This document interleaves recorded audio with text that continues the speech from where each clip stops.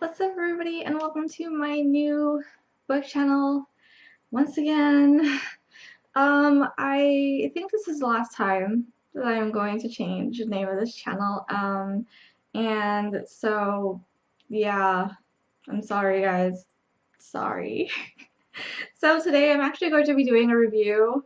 So it's not just a video of me saying I'm sorry a million times, and it's actually a book that I was really excited for. I fell in love with the cover when I first saw it, and I just couldn't wait to get my hands on it, and then I did, and then 3% or like 21% in or something, I couldn't do it anymore. And I was just like, no, this is not going how I want it to, and like it wasn't. I just couldn't, like, I seriously thought that I was not going to finish the book. But for some strange reason, I kept going.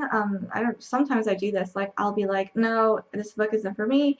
But then I'll kind of want to give it a chance just because I really love the cover. So, with that being said, the book that I'm going to be reviewing today, I wish the tree was lit up because that would look really nice, right?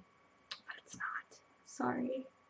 But the book that I will be reviewing today is Snow Like Ashes by Sara Raasch. Y'all know this book. So if you don't know what the blurb is, I'm not going to read it to you. You can find it on Goodreads or something. But basically, this is a book about. Okay, so the funny thing is, last year for my NaNoWriMo project, I wanted to make a world where it was autumn year round, right? And then like there'd be these other places where it would be like winter year round, spring year round, but I didn't really know exactly what I wanted to do with it. All I knew was that it was fall year round and it involved a scarecrow, who may or may not have been a real boy at some point. Haven't really decided yet. Anyway, I come across this book, and this book is actually about 4 different kingdoms. And as you can imagine, the 4 kingdoms are winter, fall, spring, and summer. Yes, there is distinct lands within this book, and they have different seasons to them. So, like, some of them are like in alliance together. I think I think fall is in alliance with winter. I know that everybody wants to take down spring because their king is batshit crazy. Um, so, yeah. Anyways, this is about a girl named Mira, I think is her name, and she is from the Winter Kingdom, and she is training to be a warrior. So her whole life, she's basically been training with Sir, who isn't like the king or anything. I think he's Mather's. I don't know. And she's also grown up and been training with Mather, who is the future king of the Winter Kingdom as soon as they restore it.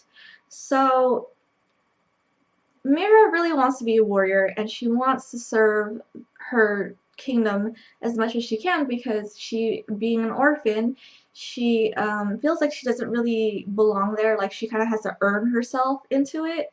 So what happens is they end up being attacked and then they go over to the Spring Kingdom in hopes that they will form an alliance with them or keep them safe or whatever.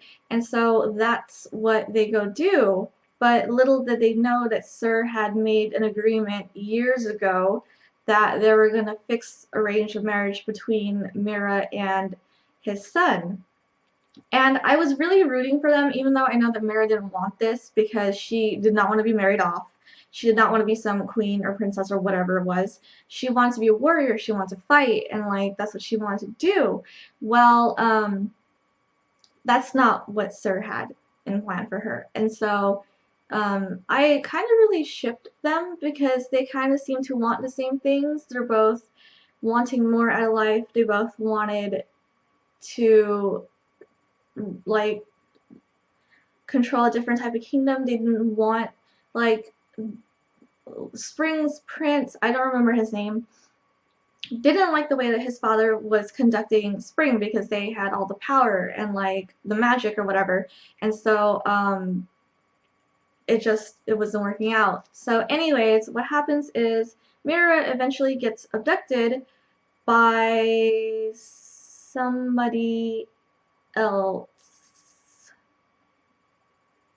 And I can't remember who, but it's the main villain in the story.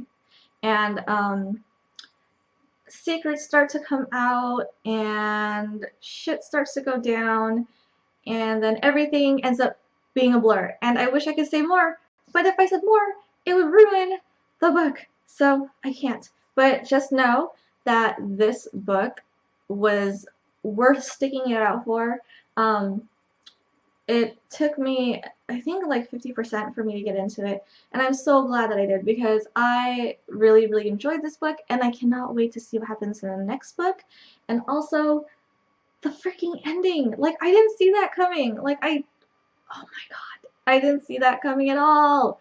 So, if you're looking for a fantasy book that isn't too heavy on the romance side, then I would highly suggest this.